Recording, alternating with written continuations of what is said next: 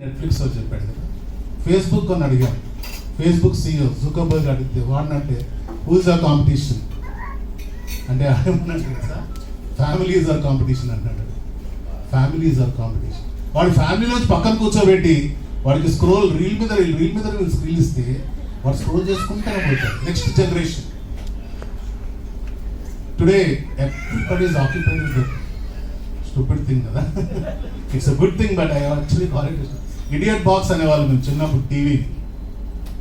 ఇప్పుడు idiot box ఎక్కడ పోయిందో కానీ ఆ సెల్ ఫోన్ వచ్చిన అది మంచిది 5% కానీ 95% it's actually occupied everybody's mind.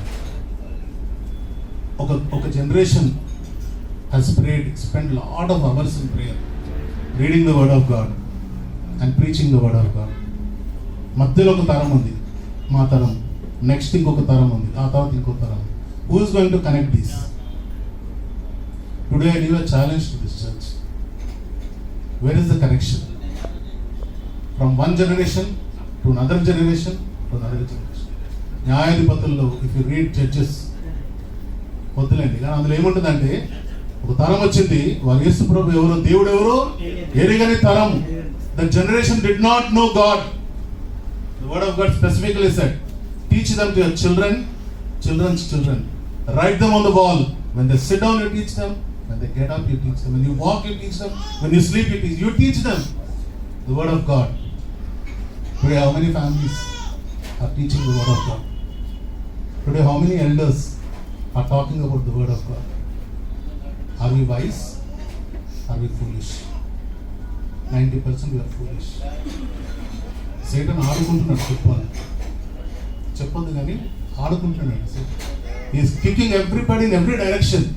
We are going here and there, but you know the solution. It is only the word of God. It is only the word of God. Today, this Memorial Day, ఏది గుర్తున్నా ఏది గుర్తులేకపోయినా, remember the next generation. You are the torch bearers. We are the torch bearers. ఆ తరం అయిపోయింది, వెళ్ళిపోయారు. చేసినంత చేశారు, కష్టము శ్రమ బలం ఉన్నంత చేశారు. You always talk about the positive things కదా. మెమోరియల్లో ఆయన పడిన శ్రమలు ఎవరు చెప్పలేదు. ఆయనకి ఎన్ని కష్టాలు ఉన్నాయి, ఎంత కన్నీళ్లు కార్చారు. It is not easy to pray for somebody. ఒకరోజు మా చర్చ్లో మా యూత్ గ్రూప్, నేను యూత్ నడిపిస్తూ ఉంటాను. ఒక యూత్ గ్రూప్ జంట, హస్బెండ్ అండ్ వైఫ్ కొట్లాడుకొని, అన్న ఆడొచ్చి చెప్తున్నాను, మాకు మేము కొట్లాడుకున్నాము, మా వైఫ్ ఇంటికి వెళ్ళిపోయింది, ప్రేయర్ చేయండి అన్న, ఉపవాసం ఉండండి అని.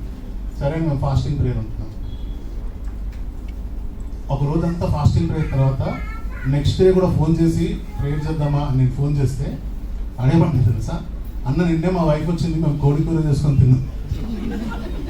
వాళ్ళ వైఫ్ నిన్నే వచ్చేసిందంట, వాడు కోడి కూర చేసుకొని తిన్నాడంట. మాకేమో ఫాస్టింగ్ చేయమని మాకు fasting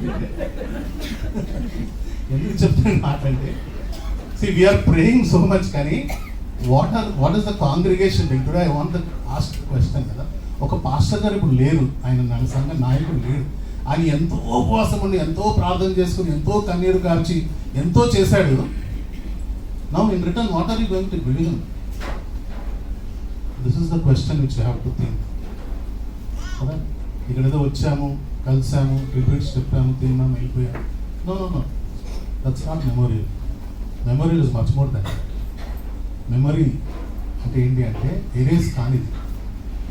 it is already there etched in your head. దేవుడు అన్నాడు, నా అరచేతులు నేను చెక్కుకున్నాను, రాసుకోలేదు. ఏం చేశాడు? చెక్కుకున్నాడు. ఒకవేళ అంకుల్ సేవ, తాతగారి సేవ మీకు నిజంగా మీకు బెనిఫిట్ అయి ఉంటే అది చెక్కుకొని దాన్ని కొనసాగించి, దయచేసి అందరం నిలబడతాం, ప్రార్థన చేసుకుంటాం.